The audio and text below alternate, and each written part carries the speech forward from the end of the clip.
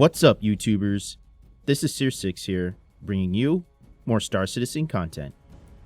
Today, we're talking about gunships and dropships within the verse. This is part 3 of my series called Advanced Organizational Tactics, or AOT for short. The purpose of this series is to give players an idea of how to use a type of ship within a fleet. Every video, I cover a different type of combat ship, and I cover strategies alongside. Let's dive in. So, how do gunships and dropships tie in within a fleet?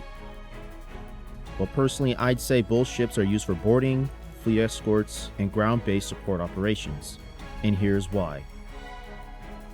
Both types of ships are able to carry a fire team and are well armed with heavy weapons. The nature of these two types of ships are somewhat similar, kinda like a cousin, not directly related, but still family. When not actively being deployed into a combat zone, certain gunships and dropships can be used as a logistical platform. But once they are summoned, they are a force to be reckoned with. With proper escorts, a tactical insertion can be performed in order to breach an adversary's ship, outpost, or base. And while the team is egressing, they still have cover from enemies with the turrets. Gunships themselves can act like fly swatters by using their heavy guns or large quantity of missiles to pick off enemy fighters. With the changes to gunships, their strengths will rely on keeping distance, understanding and protecting your blind spots, and using all their turrets or its large quantity of missiles. This gives them leverage because they're able to circle a target and put maximum firepower to the flank or to the front with a barrage of missiles for a frontal assault.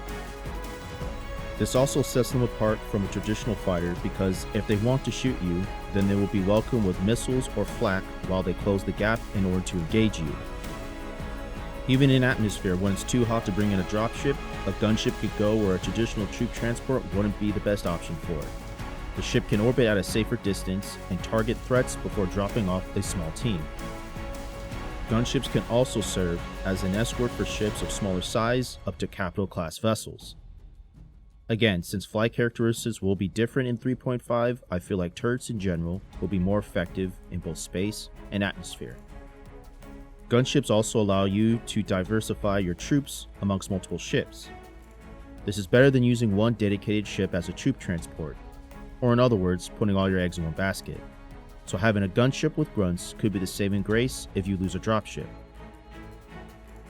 The two exceptions to gunships is the A2 and the Hammerhead. In special cases, you can use the A2 for siege operations, like dropping off a tank or completely decimating a large area. The Hammerhead, it being a massive space shark, is not only designed for fighter control, but also can be a point defense weapon if it is threatened or protecting a large ship, and can easily defend an outpost in space. But with the mass and the current flight characteristics it has, it may need some assistance due to decreased maneuverability on a planet. We'll just have to wait for 3.5 and see what is in store for us. Dropships, on the other hand, have one very important job first and foremost, and that is to get grunts from point A to point B safely to perform their job. Now, the one thing to note is that it just depends on the situation for a certain type of dropship to use.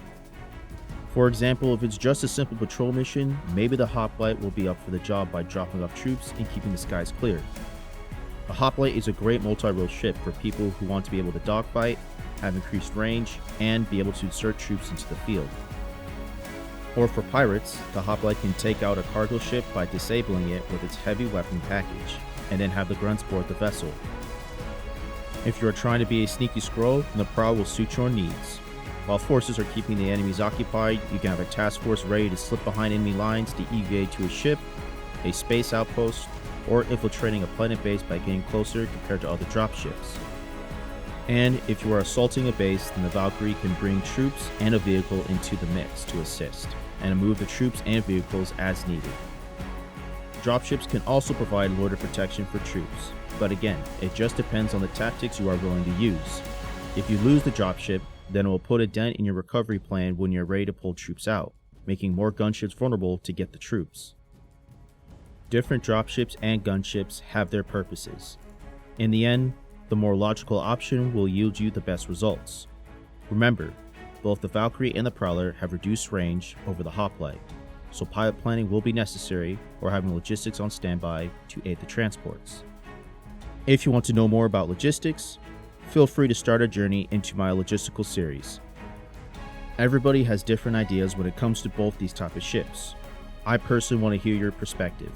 Let's continue this topic in the discussion below. Tell me your thoughts about gunships and dropships in the verse, present and future ones. And again, I personally thank you for taking the time out of your day to watch my content. If you enjoyed this video, click that like button and please share it with others. And feel free to subscribe for more content if you are new, because this is what I do, this is what I love, and I will continue to digress about ships as much as possible. But with that being said, I will see you on the flip side.